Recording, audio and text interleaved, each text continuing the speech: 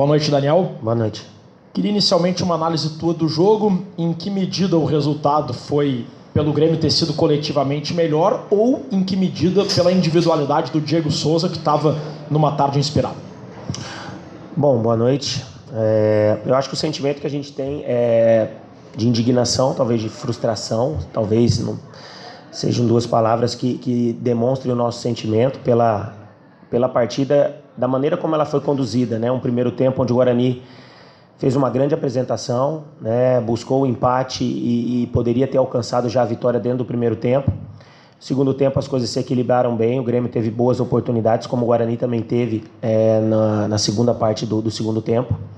Um jogo bem jogado, um jogo onde as equipes procuraram fazer o seu melhor, procuraram fazer o seu jogo, mas acho que foi decisivo em momentos de extrema definição das jogadas, né? Tomamos um gol com menos de 1 minuto, tomamos um segundo gol faltando 1 minuto e pouco para acabar o primeiro tempo, e esses foram momentos extremamente decisivos dentro da partida, que deu uma tranquilidade ao adversário dentro da sua casa, onde já estavam ocorrendo a pressão do seu torcedor por resultados, pelo até o rendimento da equipe no primeiro tempo, mas a gente não soube aproveitar e traduzir isso em melhores oportunidades, né? Ter mais tranquilidade para a conclusão das jogadas e desperdiçamos algumas oportunidades em momentos cruciais da partida.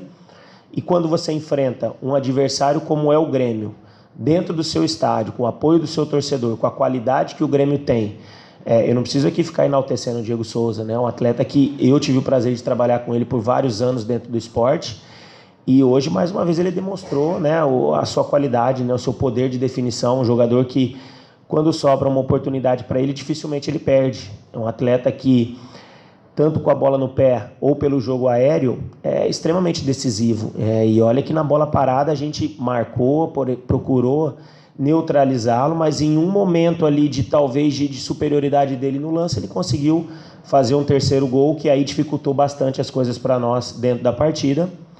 Mas o Guarani tem que continuar o trabalho. Eu acho que apresentamos coisas positivas dentro do jogo. Novamente erramos, como já disse, em momentos extremamente decisivos.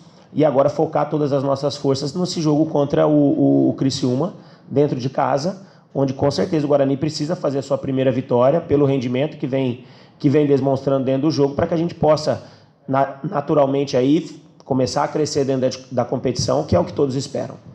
Daniel, se tu pudesse falar também da atuação dos goleiros, que foram destacados de ambos os lados, né? Um jogo que demonstra que teve muitas oportunidades, tanto do Grêmio e do Guarani, tu já disse que muitas desperdiçadas, e também se tu pudesse falar do clima emocional para esse enfrentamento, porque a gente sabe que o Denis Abraão, infelizmente, acabou confundindo o time, isso acabou até sendo temática da coletiva de alguns jogadores, inclusive do break, né? O que tu pode falar sobre isso? Também isso foi um empecilho nesse momento para ter mais concentração, quem sabe, dos jogadores.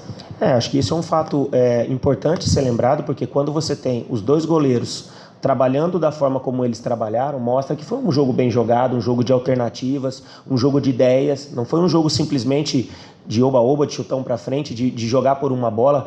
Quantas vezes a gente vê o Grêmio enfrentando adversários dentro da arena e esses adversários, essas equipes jogando por uma bola, jogando por um contra-ataque, jogando por uma bola em final de jogo, se segurando totalmente defensivo.